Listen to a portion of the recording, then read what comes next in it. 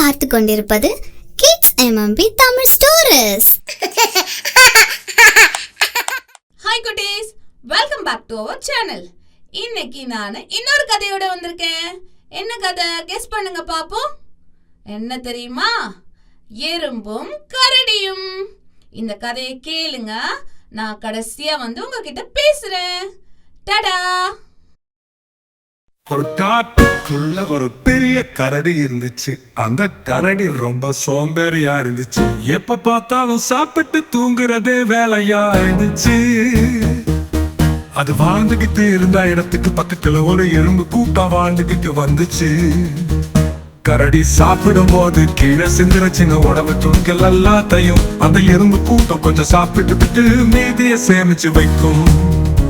ஒரு நாள் அந்த எறும்புகளோட தலைவன் அந்த சோம்பேறி கரடிக்கு பாடம் புகட்ட நினைச்சிச்சு. அதனால எல்லா எறும்புகளையும் கூட்டிக்கிட்டு போய் தூங்கிக்கிட்டு இருந்த கரடியை சுத்தி நின்றுகிடுச்சு. ஒரு எறும்பு போய் கரடியை கடிக்க சொல்லிச்சு. அந்த எறும்பும் தூங்கிக்கிட்டு இருந்த சோம்பேறி கரடியை கடிச்சிச்சு.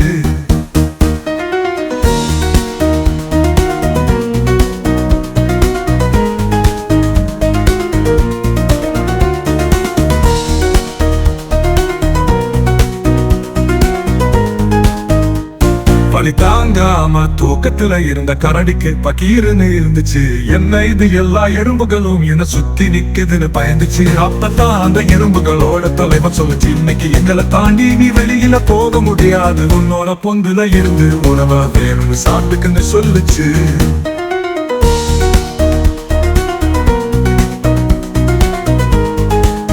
ஆனா உணவு எதையும் சேர்த்து வைக்காத கரடிக்கு எதுவுமே அதோட பொந்துல இல்ல. எவ்வளவு கெஞ்சிக்கும் எறும்புகள் கரடிக்கு வழிவிடல. அதனால அன்னைக்கு முழுசும் பட்டினியா இருந்துச்சு கரடி.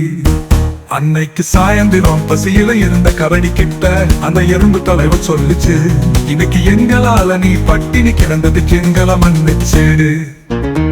ஆனா ஒரு விஷயம் புரிஞ்சுக்க, இதே மாதிரி இருப்பிடத்தை விட்டு வெளியே போக முடியாத சூழல் வரலாம்.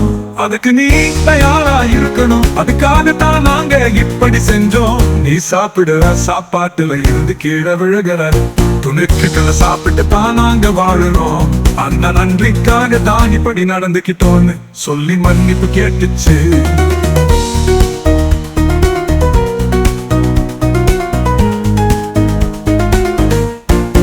சொல்லி கொடுத்த பாடம் கரடிய நல்லபடியா மாத்திடுச்சு.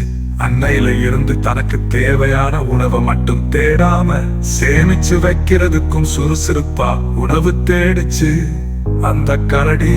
அப்படி அதுக்கு கிடைக்கிற சாப்பாட்டு தான் உண்டது போக மீதிய சேமிச்சு வைக்க ஆரம்பிச்சு கரடி. மழைக்காலம் வந்து கரடி வெளியே போக முடியாத சூழல் வந்துச்சு. அப்ப கூட அதை சேமிச்சு வச்சிருந்த உணவு சாப்பிட்டுட்டு நல்லா இருந்துச்சு. உழைப்பு மற்றும் சேமிப்பை பத்தி தனக்கு நல்ல புத்தி சொல்ல எறும்பு தலைவன் தினமும் நன்றி சொல்லுச்சு அந்த கரடி. ஹாய் குட்டீஸ், ஸ்டோரி கேட்டிங்களா? கதை நல்லா இருந்துச்சா? கதையில அந்த கருத்து என்னன்னு புரிஞ்சுதா? எனக்கு நல்லா புரிஞ்சுது. எங்க சார் என்ன தெரியுமா சொல்ல வர்றாரு இந்த கதை மூலமா? என்னைக்குமே நம்ம சோம்பேறித்தனமா இருக்கக்கூடாது. நம்மளோட வேலையில எப்பவுமே நம்ம கரெக்டா இருக்கணும். அது மட்டும் இல்லாம அதுல என்ன சொல்றாங்கன்னா, நம்ம என்னைக்கும் சாப்பாட்டை வீணடிக்க கூடாது. தேவைக்கு ஏற்ப எதுவுமே நம்ம வீண் பண்ண கூடாது. சேமிப்பு என்னைக்குமே நம்மளுக்கு கை கொடுக்கும். அதனால சேமிப்பு ரொம்ப முக்கியம். குட்டீஸ், இந்த சேமிப்பு வெறும் சாப்பாட்டுல மட்டும் கிடையாது, எல்லாத்துலயுமே சேமிப்பு ரொம்ப முக்கியம். சரியா? நீங்க அதுபடியே இருப்பீங்கன்னு நினைக்கிறேன். ஓகே குட்டீஸ், உங்க எல்லாரையும் அடுத்த கதையில நான் மீட் பண்றேன். டடா, பை பாய்.